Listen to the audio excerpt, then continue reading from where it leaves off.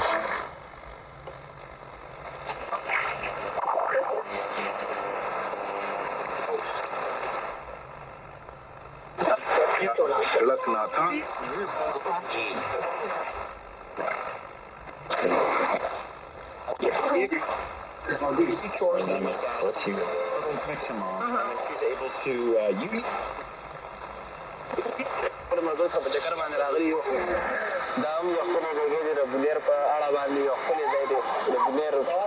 कौन सी लैंग्वेज है? I have no idea. अब मैं बात करूंगा एक अलग टेक्निक की जिसे कहा जाता है ओइजा बोर्ड, और ये सबसे ज़्यादा डेंजरस टेक्निक मानी जाती है। इसको भी मैं एक्सपोज करूंगा। रेडियो तो ठीक है, आप समझ लिया।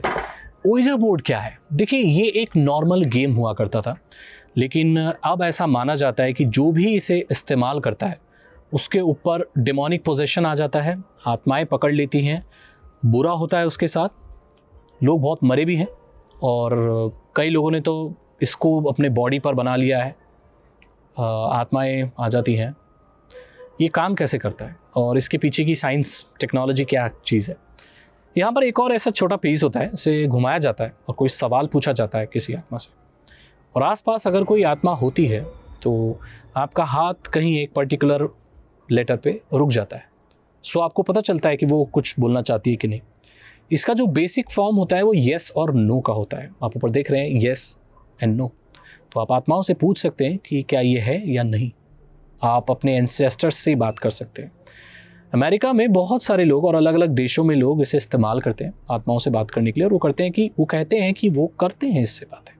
तो मानने वाले तो बहुत कुछ मानते हैं, पर ये जो चीज़ काम करती है ये आइडियोमोटर रिस्पॉन्स पर काम करती है। आइडियोमोटर रिस्पॉन्स क्या होता है? ये एक बॉडी का रिस्पॉन्स होता है जिसमें हम अनकॉन्शियसली अपनी बॉडी को मूव करते हैं। मतलब हम करते नहीं हैं, हमारी बॉडी अपने आप मूव करती है। जैसे हम बोलते हैं ना कि आँख फड़कना, हमारी आँख उल्टी आँख फड़क रही है, सीधी आँख फड़क रही है। कभी कभी हमारे हाथ पैरों में मूवमेंट हमारी इच्छा के अलावा भी होती है, उसके अगेंस्ट होती है।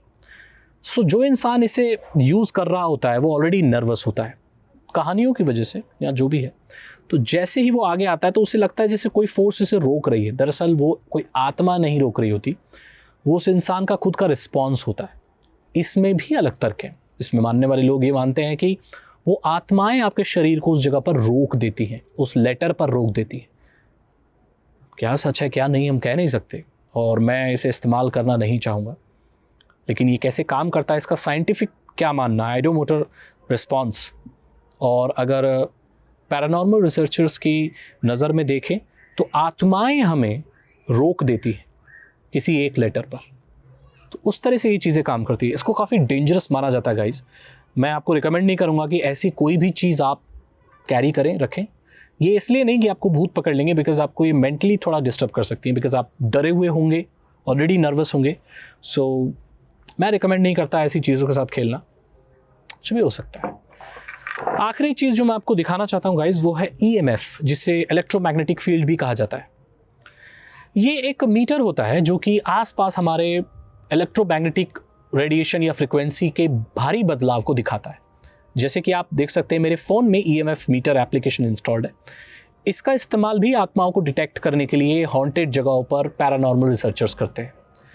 उनका ये मानना है कि जहाँ भी जिस एरिया में आत्माएं या स्पिरिट्स होती हैं वहाँ पर भारी इलेक्ट्रोमैग्नेटिक रेडिएशन की फ्लक्चुएशंस होती हैं। और साइंटिफिक तरीका है लोगों का ये एनालाइज करने का कि हम बहुत सारे इलेक्ट्रॉनिक गैजेट्स इस्तेमाल करते हैं, बहुत सारे अप्लाइंसेस इस्तेमाल करते हैं, वो इलेक्ट्रोमैग्नेटिक रेडिएशंस और फ्रिक्वेंसी में फ्लक्चुएशन पैदा करते हैं। सो ऐसा ज़रूरी नहीं कि जहाँ पर फ्लक्चुएशन देखी जा रही है वो आत्माएं ही हो। लेकिन गाइस अभी भी ऐसी बहुत सारी चीज़ें हैं जो साइंस एक्सप्लोर नहीं कर पाई। और मैं मानता हूँ इस चीज़ को कि अगर फ्लक्चुएशंस ऐसी जगह पर हो रही हैं जहाँ पर आसपास कोई इलेक्ट्रॉनिक गैजेट नहीं है तो ये महज एक इत्तेफाक नहीं हो सकता। मगर ज़रूर कुछ ऐसी चीज़ है जिसे हम एक्सप्लेन नहीं कर पा रहे। मैं आपको एक और बात बताता हूँ, एक पैरानॉर्मल रिसर्चर की एक कहानी बताता हूँ आपको। वो गया था ऐसे ही EMF को लेकर और उसने बहुत सारी रीडिंग्स ली फॉरेस्ट में। उसने क्लेम किया कि वहाँ किसी जानवर की आत्मा है। अब पता नहीं उसने ये चीज़ कैसे बताई। जब उसने बोला कि क्या तुम्हें इंसानों से डर लगता है तो रीडिंग्स नहीं बढ़ी, क्या तुम्हें डॉग से डर लगता है तो उसकी रीडिंग्स बहुत बढ़ गई। इसका मतलब वो किसी कैट की आत्मा हो सकती है। उस इंसान ने यही कहा। अभी तो ये फ्लक्चुएट होती रहेंगी। मैं अपने रेडियो के पास अगर इसको ले आता हूँ, अब जैसे कि आपने देखा ही था, तो ये रेडियो के आगे बढ़ जाती है। मैग्नेटिक फील्ड, कुछ भी हो सकता है गाइस। क्या सच्चाई है हम नहीं जानते। मैं आपको बता दूं कि ये वीडियो मैं इस पार्ट को दोबारा शूट कर रहा हूँ। मेरा कैमरा बहुत अजीब तरीके से इससे पहले अपने आप बंद हो गया। कई सालों में मेरे साथ ऐसा कभी हुआ नहीं है और ये मेरे साथ पहली बार हुआ है। मैं ये नहीं बोलता कि कोई आत्मा या भूत है, बट ये चीज़ मैं भी समझ नहीं पा रहा हूँ कि मेरा कैमरा अपने आप बंद कैसा हुआ। स्टोरेज भी फुल नहीं हुआ है, बैटरी भी ख़त्म नहीं हुई है, लेकिन फिर भी मेरा कैमरा बीच में रुक गया। पता नहीं कैसे, अजीब चीज़ है। मैं ये नहीं बोल रहा भूत है, आत्मा है, बट ऐसा मेरे साथ कभी नहीं हुआ है। ये मेरे साथ अभी हुआ है, लेकिन फिर भी मैंने ये दूसरे टेक में ये वाला शॉट लिया है। ये गाइस मैंने आपको सारी टेक्नोलॉजी बता दी। हो गया था, मतलब रिकॉर्ड करना ऐसा हुआ नहीं आज तक कि अपने आप रिकॉर्ड होना बंद हो गया और ये ऑफ हो गया हो।